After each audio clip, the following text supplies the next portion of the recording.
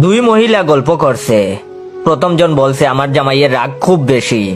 তখন দ্বিতীয় মহিলা বলল, আর বলবেন না ভাবি, আমার জামাইয়েরও রাগ খুব বেশি, কোথায় কোথায় রেগে যায়, সব সময় বয়ে থাকি। এ সময় দ্বিতীয় মহিলা উচ্চ স্বরে জামাইকে ডাকলো, ওই এদিকে আসো। তখন তার জামাই দ্রুত সামনে এসে দাঁড়ালো। তখন মহিলাটি বলল, তোমার রাগটা বেশি, তাই ভাবিকে বলছিলাম, ঠিক বলছি না? তখন লোকটা সাথে সাথে মাথা নাড়লো। তখন মহিলাটি বলল, মাথা নাড়ছো কেন?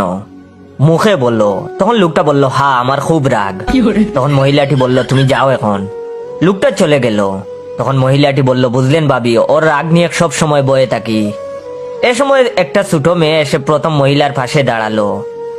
তখন মহিলাটি বলল, কি হয়েছে মা? তখন মেয়েটি বলল, বাবা পাঠিয়েছে।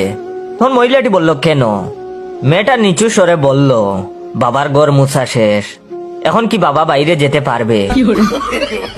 No, no, no, no.